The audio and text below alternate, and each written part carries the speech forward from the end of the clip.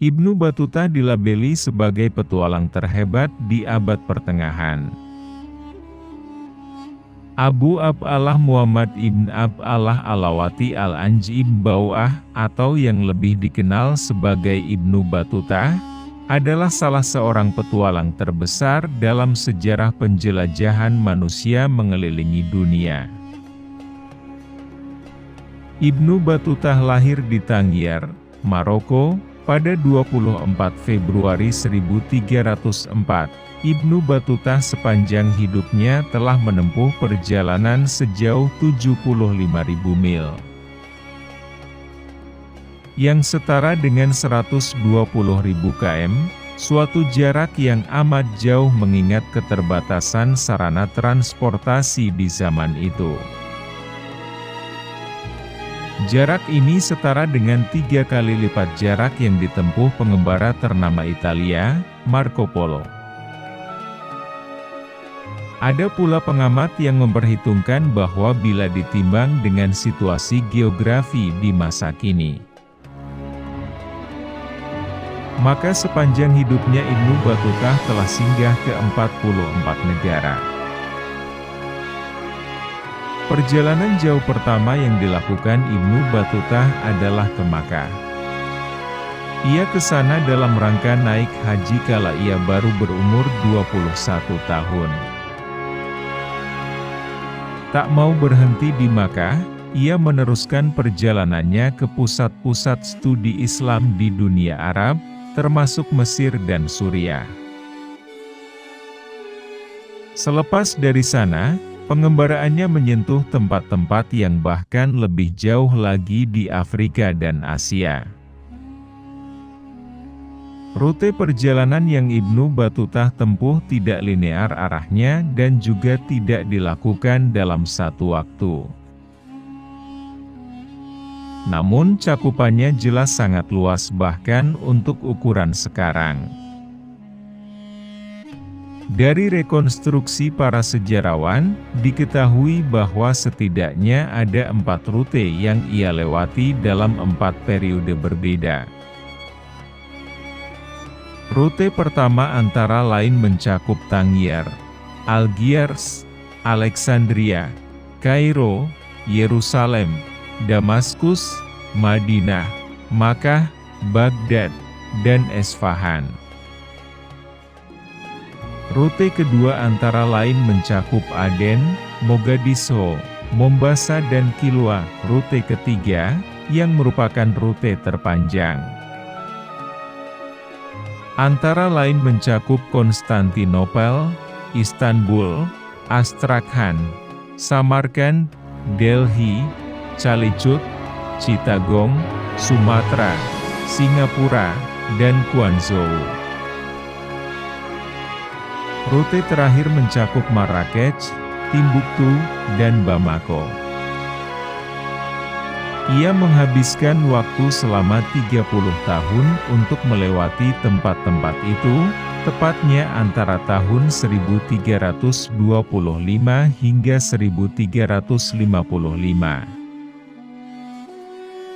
Perjalanan yang jauh itu tak hanya menjadi pengalaman pribadi bagi dirinya sendiri, tapi juga dibagikannya kepada khalayak lewat buku perjalanannya yang sangat terkenal.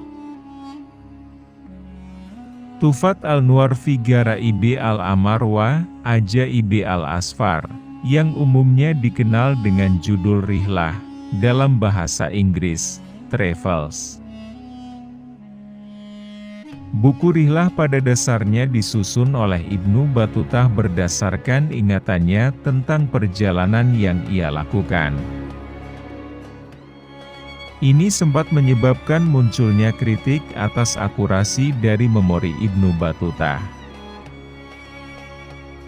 Sebenarnya ada penulis lainnya di belakang layar, yang membantu Ibnu Battuta. Namanya Ibnu Juzai.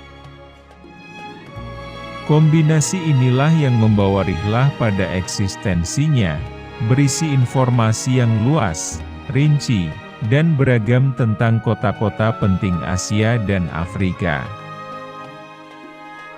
Ibnu Batutah mendiktekan ingatannya tentang perjalanan yang ia lakukan pada Ibnu Juzai, yang merupakan seorang penulis istana di Fez, Maroko. Penulisan ini dilakukan atas perintah Raja Dinasti Marinid di Maroko, Sultan Abu Inan. Di dalam rihlah, Ibnu Batutah berkisah soal berbagai fenomena sosial, budaya, dan politik yang ia temui di kota yang dilaluinya. Ibnu Batutah tertarik dengan bagaimana para raja memerintah dan bagaimana masyarakat biasa hidup sehari-hari. Lantaran perjalanannya sebagian besar dilakukan di wilayah-wilayah dunia Islam, maka buku catatan Ibnu Batutah ini, pada hakikatnya berisi gambaran perihal proses Islamisasi yang tengah berlangsung di berbagai tempat di Asia dan Afrika. Ibnu Batutah berkawan dengan para penguasa maupun para ulama setempat, dari siapa ia mendapat informasi untuk bukunya.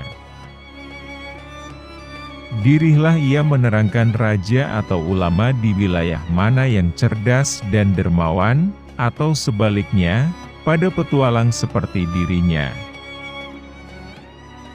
Sebagian raja atau ulama memang baik padanya, namun ada juga yang kikir dalam memberikan bantuan. Ia pernah menyebut Kadi Mekah sebagai orang yang baik, sementara anak seorang khalifah di India sebagai sosok yang pelit. Mengingat pengetahuannya yang luas soal geografi dan kerajaan-kerajaan di berbagai wilayah, ada pula penguasa lokal yang secara sengaja mendekati Ibnu Batutah demi mengetahui cerita-cerita menarik tentang petualangannya. Tapi, kekayaan informasi yang ada di rihlah tidak senantiasa mudah didapatkan. Perjalanannya berkali-kali terinterupsi oleh cuaca buruk, kapal tenggelam hingga perompakan. Tak hanya itu, sebagaimana ia utarakan dalam rihlah, ada kalanya ia merasa kesepian di dalam perjalanan, terutama di lokasi yang baru pertama kali ia datangi. Bertemu dengan orang baru yang ramahlah yang kemudian membuatnya bisa kembali ceria dan bisa melanjutkan perjalanannya. Pembaca kitab rihlah ini tak hanya di kampung halaman Ibnu Batutah saja, melainkan juga di dunia barat. Terjemahan pertama rihlah yang utuh dibuat dalam bahasa Perancis antara tahun 1853 dan 1858. Adalah C. de Vremery dan Beer Sanguinetti, di bawah pengawasan Société Asiatique, yang menerjemahkan dan menerbitkannya.